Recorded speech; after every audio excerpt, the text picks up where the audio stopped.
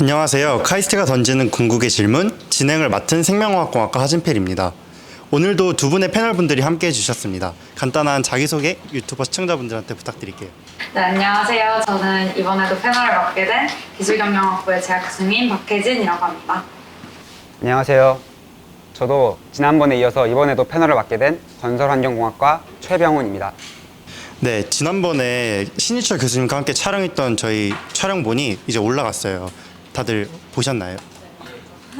혹시 본인이 직접 나온 영상을 보신 소감이 어떤지 듣고 싶습니다. 네, 제가 생각했을 때 제 질문이 생각보다 많은 강연의 많은 부분을 차지하더라고요. 그래서 시청자 여러분들이 궁금해하실 만한 것들을 제가 이제 쏙쏙 찾아서 열심히 질문하도록 할 테니까 앞으로 이제 쭉 계속 시청해 주세요. 저는 제가 알던 제 모습과 TV로 보는 제 모습이 좀 다르다는 걸 느끼고 좀 놀랐어요. 네. 네, 저도 개인적으로 강연 때 어땠는지 생각해 보니까 개인적으로 되게 흥미로운 주제였어서 촬영할 때 약간 영상을 찍는다는 생각보다는 정말 몰입해서 강연을 듣고 있어서 제가 진행을 해야 되는데 진행하는 것도 중간에 까먹고 막 그러더라고요. 그래서 혹시 지금 이 영상을 시청하시는 분들 중에 이전 영상을 아직도 안 보신 분이 계신다면 뒤로 가기 버튼 누르시고 다시 이전 영상부터 보고 오시면 좋겠습니다. 오늘은 또 어떤 주제로 이야기를 나눠볼지 벌써부터 기대가 되는데요. 오늘 여러분들에게 두 번째 궁극의 질문을 드릴 교수님은 백세범 교수님이십니다. 교수님 안녕하세요. 네, 안녕하세요. 백세범 교수님을 간단히 소개해드리면 서울대학교에서 학사 및 석사를 마치시고 미국 UC 버클리 물리학과에서 박사 학위를 받으셨습니다. 이후 UCLA 의과대학 신경생물학과에서 연구원으로 계시다가 2013년 카이스트 바이오 및 뇌공학과에 부임하셔서 지금까지 활동 중이십니다. 고전적으로 생물학을 바탕으로 뇌 연구를 진행하는 데 반해 교수님께서는 조금 더 이론적 모델과 컴퓨터 시뮬레이션 등을 활용하셔서 뇌 연구를 진행 중이시며 주요 연구 분야로는 뇌 기능적 구조 발생에 관한 연구 등이 있습니다.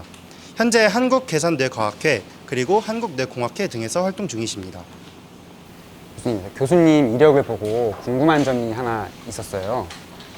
교수님 이전에는 좀 물리학을 이제 전공하시다가 갑자기 돌연 뇌과학으로 전공을 좀 바꾸셨더라고요. 그 이유에 대해서 혹시 좀 여쭤봐도 될까요? 네, 사실 그 질문을 굉장히 많이 받는데요.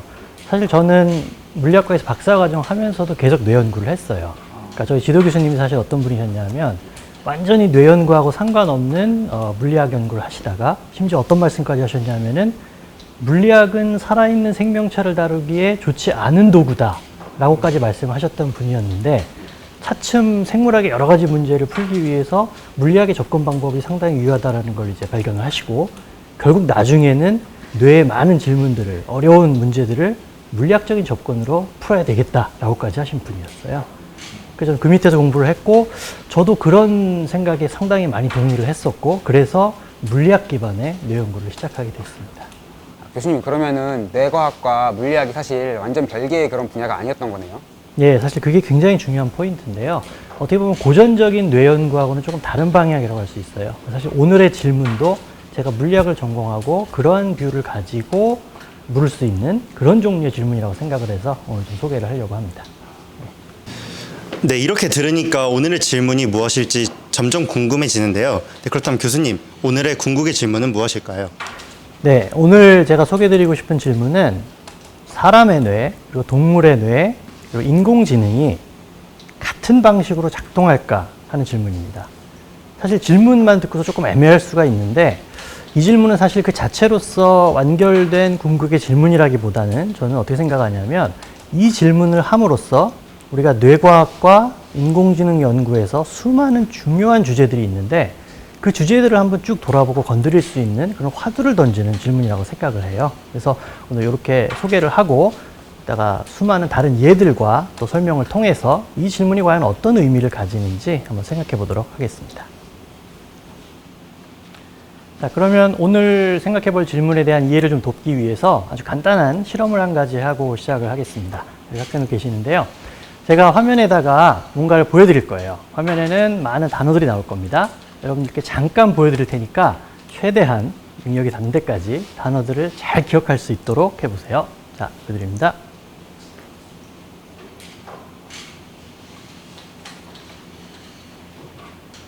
자, 됐습니다. 너무 짧은가요? 자, 먼저 이렇게 질문해 볼게요. 지금 아까 봤던 단어 중에서 몇 개 정도 기억나는지 각자 한번 세보세요. 예, 한 사람씩 대충 얘기해 볼까요? 몇 개 정도 기억나나요? 수학 개 정도 섞여. 저는 4, 5개 정도. 4-5개? 5개는 네, 정상적으로 작동합니다, 내가. 예. 지금 이 결과만 물어봤을 때는 여러분들 뭐 정상적으로 잘 기억을 다 하시는 것 같아요. 12개 중에 4-5개. 자, 그러면 조금 다른 질문을 해볼게요. 여러분 딱 이걸 보시는 순간 이걸 잘 기억하기 위해서 혹시 어떤 작전을 사용하셨나요? 네, 혹시 특별한 게 있으면 얘기 좀 해주시겠어요? 저는 단어 중에 좀 카이스트랑 관련된 단어가 많은 것 같아서 뭐 오리, 대전, 뭐 이구 이런 것부터 외우기 시작했던 것 같아요. 예, 좋습니다. 또 어떤 작전이 있었을까요? 저는 그냥 순서대로 이렇게 외워보려고 하면서 색깔이 눈에 들어오더라고요. 뭔가 그 색깔이랑 옆에 이렇게 붙어 있는 거 같아요. 네, 또 다른 작전이죠, 그죠? 네, 또 뭐가 있을까요? 저는 약간 그 모양을 좀 생각을 했어요. 약간 떨어져 있는 모양에서 양쪽 뭐 대각선 혹은 뭐 마른 뭐 이런 식으로 해서 같은 색깔에 좀 모양을 입혀서 메우려고 노력을 했던 것 같아요. 네, 재밌네요. 지금 요 세 분인데도 굉장히 다른 의견이 나왔어요. 만약에 우리가 이런 질문을 하지 않고 자, 외우세요 하고 결과만 확인을 해봤다 그러면 아마도 여러분 세 분이 거의 비슷한 결과가 나왔다 하고 끝났을 것 같아요. 4-5개씩 기억을 했다. 근데 정작 어떻게 외웠어요? 해보니까 굉장히 다른 작전, 다른 방식이 나오죠. 이게 이제 오늘 얘기 나눌 주제하고 굉장히 연관이 있습니다. 자, 그렇다면 이게 도대체 오늘 주제하고 어떻게 연관이 될까? 여러분, 결과는 비슷해 보인다. 어떤 시스템이 있는데 그 시스템이 어떤 작업을 잘 수행해요. 그래서 비슷한 결과를 얻었어요. 그러면 우리는 이 시스템이 비슷한 방식으로 혹은 같은 방식으로 작동한다라고 할 수 있을까요? 네, 방금의 예는 그래도 여러분들이 가지고 계신 뇌는 어떻게 보면 동등한 시스템이라는 가정하에 실험을 한 거였어요. 근데 만약에 뇌의 구조조차도 다른 경우라면 어떻게 될까요? 이를 수행하는 방식이 훨씬 다를 것이다 라고 예상할 수 있겠죠. 오늘 그 얘기를 이제 할 거예요. 여러분 보시면 간단한 슬라이드를 한번 볼까요? 간단한 계산을 하기 위해서 여러 가지 도구를 동원할 수 있어요. 여러분 저게 뭔지 혹시 아세요? 처음에 나온 건 주판이고요. 모르시는 분들 꽤 계실지 몰라요. 옛날엔 저런 방식으로 계산기 대신에 계산을 했죠. 두 번째는요, 파스칼이 만든 기계식 계산기예요. 나사를 돌려가지고 숫자를 계산할 수 있는 뭐 그런 기계죠. 세 번째는 우리가 많이 쓰는 컴퓨터고요. 자, 똑같은 숫자 계산을 하는 문제에서 저 세 개의 시스템은 동일한 답을 내놓습니다. 그러면 저 세 개의 시스템은 같은 방식으로 작동할까요? 예, 상식적으로 생각하면 아니라고 할 수 있겠죠. 근데 어떻게 생각해 보면 이게 단순한 문제가 아니에요. 분명히 다른 부분이 있는데 어디까지 그러면 다른가? 완전히 다른가? 네, 오늘 그 문제를 이제 얘기를 해볼 겁니다. 자, 여러분들 간단하게 인공지능 얘기를 조금 해볼 건데요. 여러분 인공지능이 사람처럼 행동하는 여러 가지 예가 있지만 그 중에서도 시각 인지 기능을 굉장히 잘해요. 사람들이 물건을 보고 물건을 구별하고 같은 물건끼리 묶고 이런 거를 굉장히 인공지능들이 좀 잘하거든요. 자, 그러면 사람의 뇌와 인공지능의 결과만 놓고 보면은 동일한 일을 동일한 레벨로 수행할 수 있다라는 겁니다. 이러한 상황에서 우리는 두 시스템이 같은 원리, 같은 방식으로 작동하기 때문에 동일한 결과를 얻었다라고 생각할 수 있는가? 아마도 아닐 것 같다라는 거죠. 네. 자, 그래서 이제 오늘 그 얘기를 할 건데 문제는 완전히 동일하진 않지만 완전히 다르지도 않다라는 데 문제가 있어요. 그죠? 자, 그러면 여기서 제일 중요한 거는 어디까지 같다라고 우리가 말할 수 있는가? 우리는 그 부분을 이해하고 있는가가 사실 오늘 질문의 핵심입니다. 자, 그 부분에 대해서 조금 더 깊이 이해를 하기 위해서 예를 하나 더 들어보겠습니다. 여러분, 어떤 사람이 옛날에 기술이 발달하지 않았을 때 하늘을 날고 싶다 라고 생각했다고 한번 가정을 해보죠. 자, 하늘을 나는 방법을 내가 만들어내고 싶어요. 어떻게 하면 하늘을 날 수 있을까요? 가장 쉽게 생각할 수 있는 거는 하늘을 날고 있는 자연에 있는 대상을 따라하는 거죠. 자, 예를 들면 새가 있습니다. 자, 지금 슬라이드를 보시면 레오나르도 다빈치의 연구인데요. 이 사람도 이제 하늘을 날고 싶었나 봐요. 그래서 연구 중에 새가 어떻게 나는지를 굉장히 깊게 연구한 자료들이 있습니다. 그리고 그걸 바탕으로 보시는 바와 같이 어떻게 보면 비행기의 조상이라고 할 수 있는 저런 기계를 만들어냈어요. 하늘을 날고 싶다. 하늘을 나는 기계. 이게 무엇인가 기능을 수행하고 싶을 때 우리가 가장 쉽게 자연에 있는 대상을 모방하는 방법이에요. 자, 저런 방법 어떤가요? 그럴듯하죠. 새가 나니까 분명히 새를 잘 따라하면 날 수 있을 것 같아요. 이게 우리가 어떤 기능을 따라하는 시스템을 만들 때 가장 쉽게 할 수 있는 방법입니다. 예, 근데 재밌는 거는 레오나르도 다빈치 연구에서 두 번째 모델이 등장합니다. 이건 뭐냐면 마치 헬리콥터 같이 생긴 모형인데요. 하늘을 나는 방법을 연구하고 생각하다가 레오나르도 다빈치가 이런 식의 기계를 고안했어요. 자, 이 방법은 뭐냐면요. 자연에 존재하는 새의 모방을 하는 거 아니고 그 방법이 아니라 그 방향이 아니라 현재 우리가 쓸 수 있는 가용한 기술을 활용해서 어떻게 하면 가장 좋은 방법으로 날 수 있을까? 가장 쉽게 날 수 있을까? 고민해서 나온 결과입니다. 첫 번째 방법과는 좀 많이 다르죠. 자, 재미있게도 이러한 접근 방식이 현재 우리가 뇌를 연구하는 방법, 그리고 뇌를 모방해서 인공지능을 만드는 방법과 많이 닮아 있어요. 자, 무슨 얘기인지 조금 더 얘기를 해볼게요. 자, 여러분, 뇌를 모방한 인공지능이라는 얘기를 요즘 많이 합니다. 실제로 슬라이드를 보시게 되면, 저게 이제 딥 뉴럴 네트워크, 딥 러닝을 기반으로 해서 사람의 시각 경로를 따라하고, 따라한 디자인을 만들고, 그걸로 사람이 시각 인지를 하듯이 이미지를 인지하고 뭔가 기능을 하는 시스템을 구현한 그 설명을 나타낸 모식도입니다. 자, 저 딥 뉴럴 네트워크 시스템은 사람이 사물을 인지하는 것만큼 혹은 그 이상으로 이미지를 보고 구별해내는 능력을 굉장히 좋은 능력을 가지고 있습니다. 자, 결과만 놓고 보면 사람과 인공지능은 이 대목에서 굉장히 비슷한 기능을 비슷한 방법으로 수행하는 것처럼 보여요.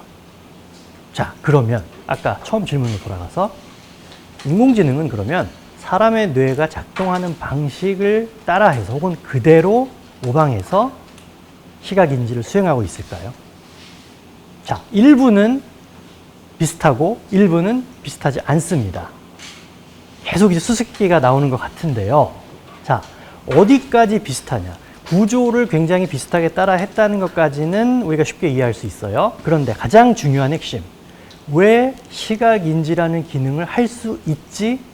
라는 질문을 하게 되면 사람의 시각 기능을 따라 했기 때문에 됩니다. 이거는 맞는 답이 아닐 것 같아요. 자, 그럼 뭘까요 도대체? 핵심은 뭘까요? 자, 중요한 힌트는 여기 있는 것 같아요. 레오나르도 다빈치의 그 두 가지 비행기 모형은 굉장히 과학적으로 말이 되는 모형입니다. 어떤 분들은 저걸 조금만 개량하면 정말로 날 수 있었을지도 모른다 말씀하신 분이 계세요. 근데 왜 실패했을까요? 저 비행기 모형은 현대 사용되고 있는 우리 비행기의 모양, 헬리콥터의 모양하고 굉장히 비슷해요. 근데 결국 실패한 이유는 뭐냐면 충분한 성능을 내지 못했다 뭐 이런 거겠죠? 근데 충분한 성능을 내지 못했다, 이걸 결국 뜯어보면 뭐냐면 어느 정도의 성능을 내야 날 수 있는지 이해가 없었다. 다시 말해서 비행기가 하늘을 날기 위한 과학적인 원리를 이해하지 못하고 있었기 때문에 실패했다는 겁니다. 자, 비행기가 날려면 가장 핵심이 되는 조건이 이거예요. 중력이 당기고 있고 땅으로 떨어지려고 하는데 그걸 상쇄할 만큼 위로 가는 힘, 양력이라 그러죠. 양력을 발생시키면 됩니다. 그 양력을 날갯짓을 해서 발생시킬 수도 있고 엔진의 추진력으로 발생시킬 수도 있겠죠. 그 부분은 중요한 게 아니에요. 제일 중요한 건 중력을 상쇄시킬 수 있을 만큼 충분한 양력을 발생시키느냐, 이 부분입니다. 마찬가지. 딥뉴럴 네트워크를 사용한 인공지능에서 어떻게 시각인지가 가능하냐, 양력을 발생시킨다에 해당하는 그 핵심이 무엇인지 우리는 아직 정확하게 이해하고 있지 못합니다. 그래서 그 부분을 만족시키는 모델을 만든다면 우리는 최소한 뇌의 핵심 원리와 동일한 방법으로 작동하는 인공지능을 만들었다라고 얘기를 할 수 있겠죠. 예, 그래서 원래 질문으로 이제 돌아와서 정리를 해보겠습니다. 우리가 인간의 뇌, 동물의 뇌, 그리고 인공지능이 같은 방식으로 작동하는가, 이 질문을 했을 때 방금 고찰해 본 바에 따르면 어디까지 비슷하고 어디서부터는 다르다.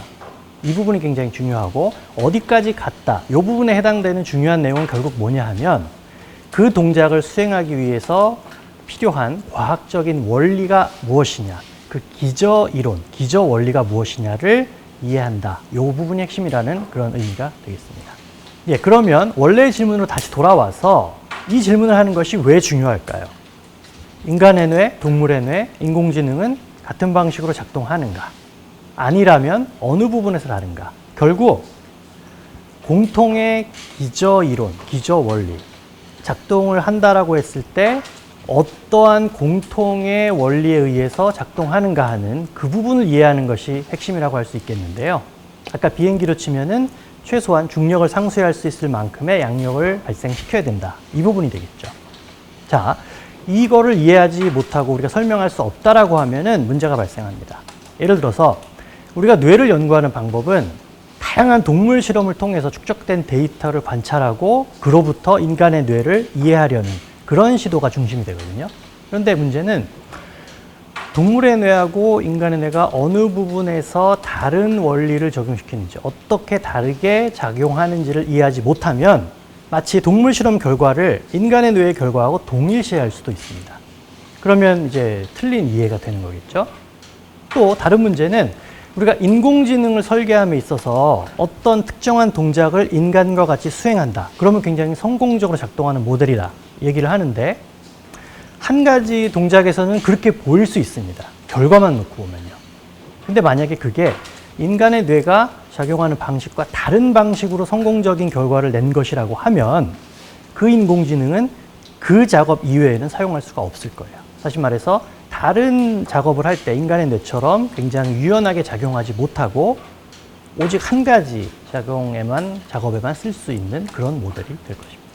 예, 그래서 이러한 문제들을 이해하는 것은 굉장히 중요합니다. 결국 여기서 핵심은 우리가 뇌를 연구한다 혹은 인공지능을 설계한다라고 했을 때 지금까지는 어떻게 보면 결과만을 보고서 결과가 잘 나오면 우리가 성공적으로 작동하는 모델을 가지고 있나 보다 이렇게 생각을 했었습니다. 여기서 근데 중요한 것은 그 결과뿐만 아니라 어떻게 해서 그 결과를 얻게 됐는지 그 이해를 가능하게 하는 기저 이론, 기저 원리를 이해해야 한다는 것이죠. 결국 수많은 뇌 연구 그리고 인공지능 연구가 어떻게 하면 우리의 인간의 뇌를 더 잘 이해할 수 있을까? 혹은 인간의 뇌와 비슷한 인공지능을 만들 수 있을까? 여기에 집중이 되어 있습니다.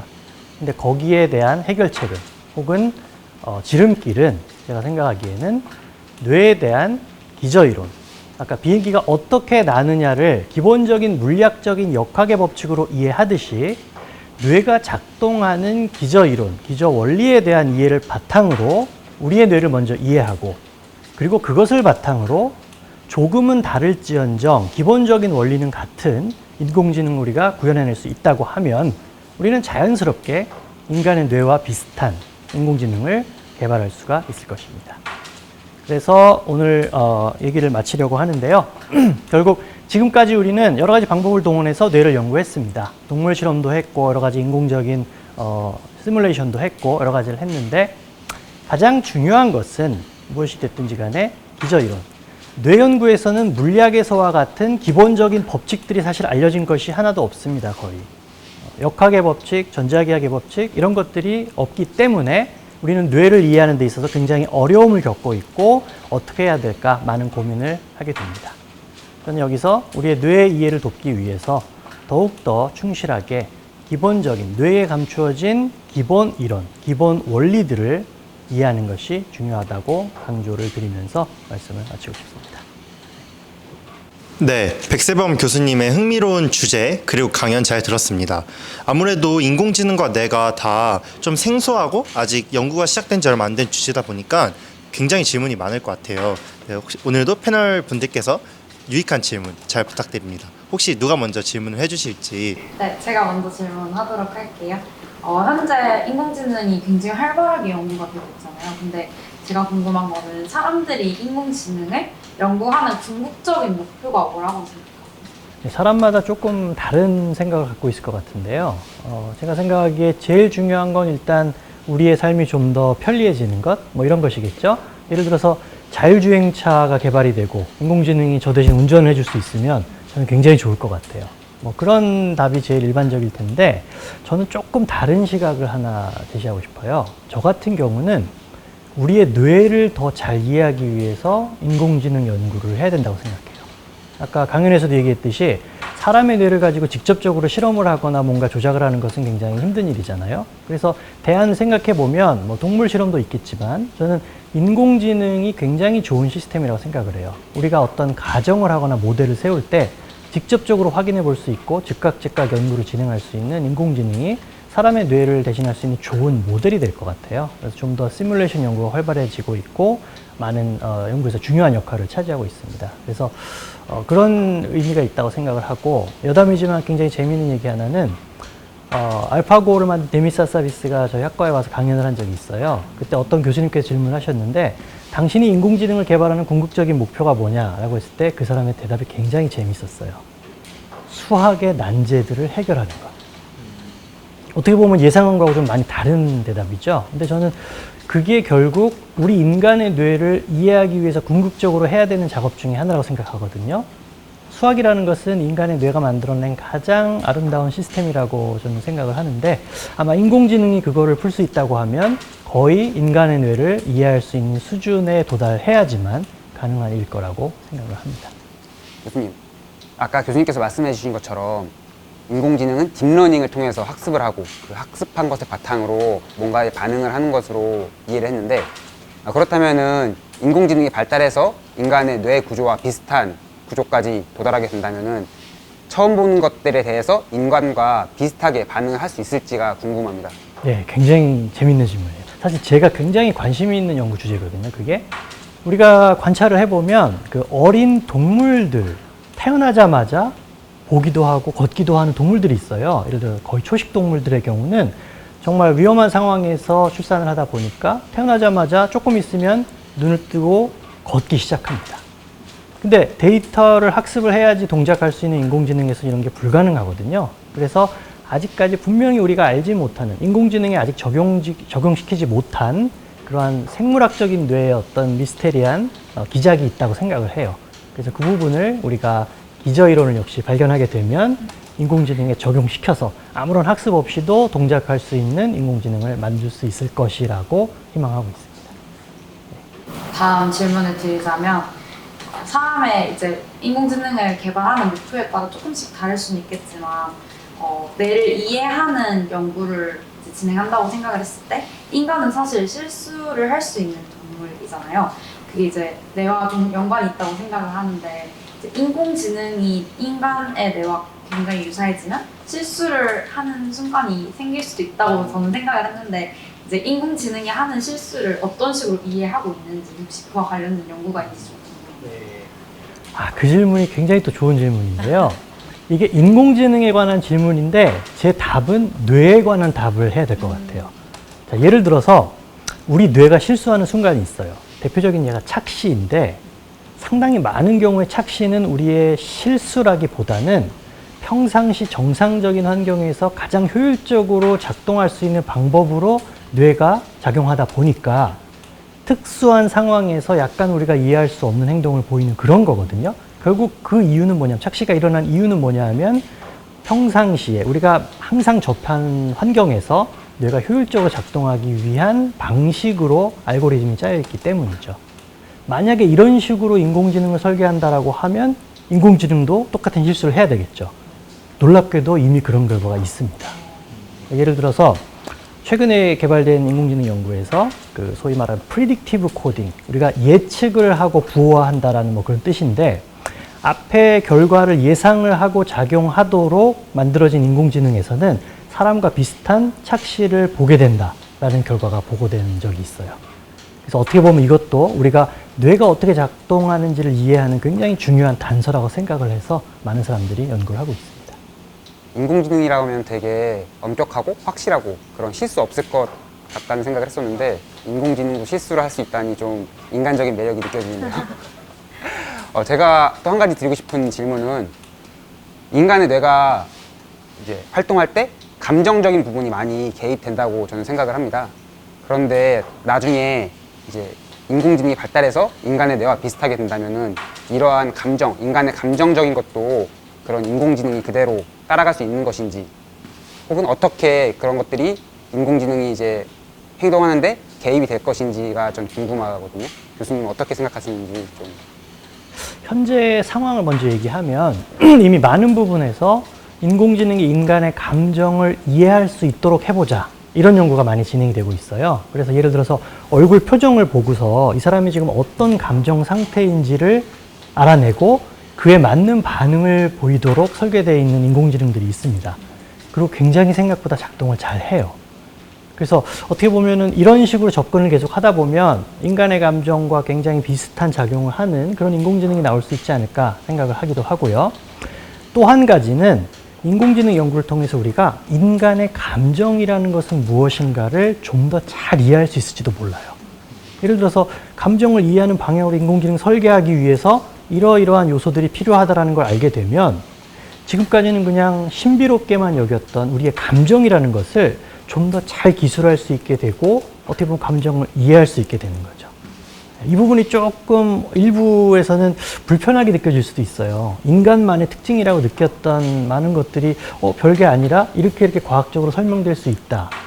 근데 사실은 현재 연구들이 그런 방향으로 많이 진행이 되고 있고 생각보다 많은 부분에서 설명 가능하다라는 결과들이 나오고 있습니다. 예를 들면 인간의 어떤 미적 감각, 미술 작품에 대한 이해라든지 아니면 어떤 글을 쓴다든지 이런 방향으로도 인공지능이 많은 연구를 이제 진행이 되고 있고요.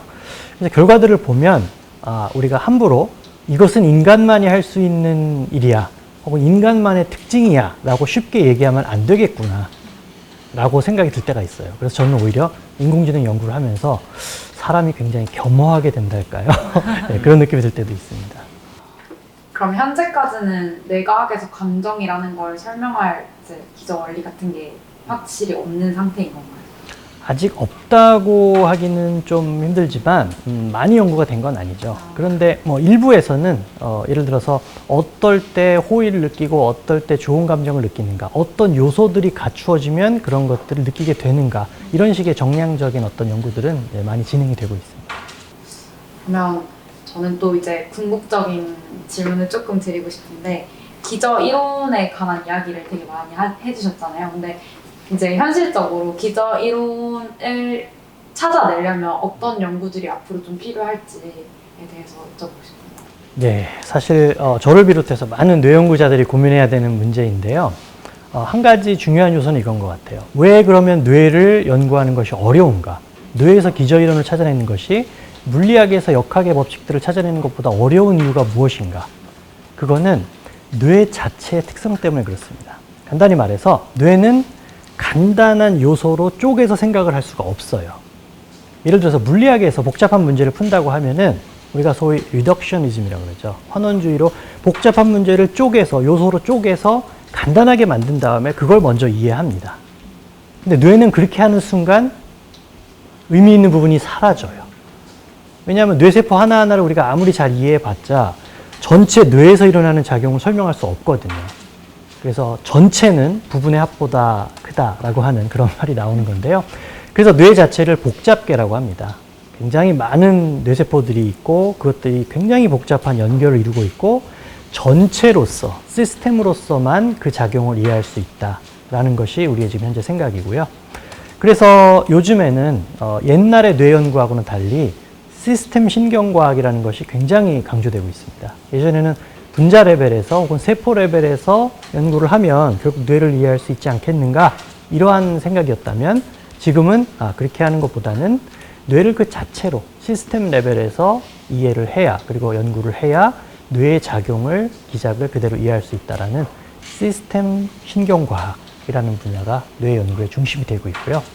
제 연구도 사실은 이제 그러한 맥락에서 그 시스템 신경과학에서 뇌의 작용 원리를, 수많은 축적되어 있는 데이터를 사용해서 결국 기저 원리를 발견해서 문제들을 해결하자라는 접근법이라고 보시면 되겠습니다. 앞으로도 뇌 연구는 계속 그런 방향으로 진행이 될 것 같습니다.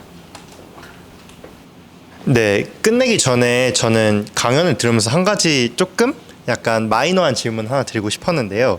아무래도 뇌, 그리고 계속 인공지능 쪽으로 약간 이야기가 되다 보니까 저는 영화에서 봤던 뭐 터미네이터나 이런 인공지능 영화들이 많이 떠올랐던 것 같아요. 근데 그런 영화들에서 보통 이제 인간이 결국에 뭐 로봇이나 인공지능한테 이렇게 지배당할 것이다 이런 쪽으로 좀 무서운 쪽으로 많이 흘러가잖아요. 그런 추측이나 그런 거에 대해서 교수님께서는 어떻게 생각하시는지 개인적으로 의견을 좀 듣고 싶습니다.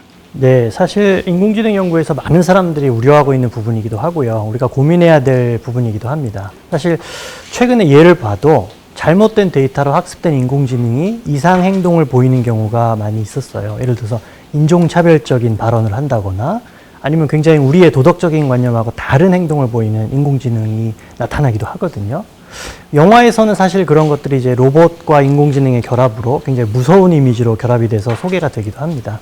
사실 100% 이런 일이 일어나지 않을 거라고 장담할 수는 없어요. 그래서 우리가 방법을 찾아야 하는 것이고 인공지능이 우리에게 해가 되는 쪽이 아닌 도움이 되는 쪽으로 갈 수밖에 없도록 만드는 것이 많은 연구자들의 책임이기도 합니다. 그래서 많은 미래학자들 혹은 인공지능 연구하는 학자들이 기본적으로 인공지능을 개발할 때 지켜야 할 원칙들을 많이 생각하기도 하고 연구하기도 해요. 그 중에서 어떤 방법이 채택될지는 모르지만 분명한 것은 우리는 그러한 장치를 가지고 있어야 되고 우리가 인공지능 개발과 더불어서 심각하게 고민해야 될 중요한 문제라는 사실입니다. 네, 오늘도 정말 유익한 시간이었던 것 같습니다. 패널분들께 오늘 소감도 역시 안 물어볼 수가 없을 것 같은데요. 네, 먼저 소감 말씀해 주시죠. 저 같은 경우에는 사실 인공지능이 이제 최근에 되게 핫 이슈다 보니까 관심은 되게 많았는데 제가 인공지능에 대해서 뭘 모르고 뭔가 이제 뇌과학 같은 경우에도 좀 최근에 되게 뜨는 연구 분야잖아요.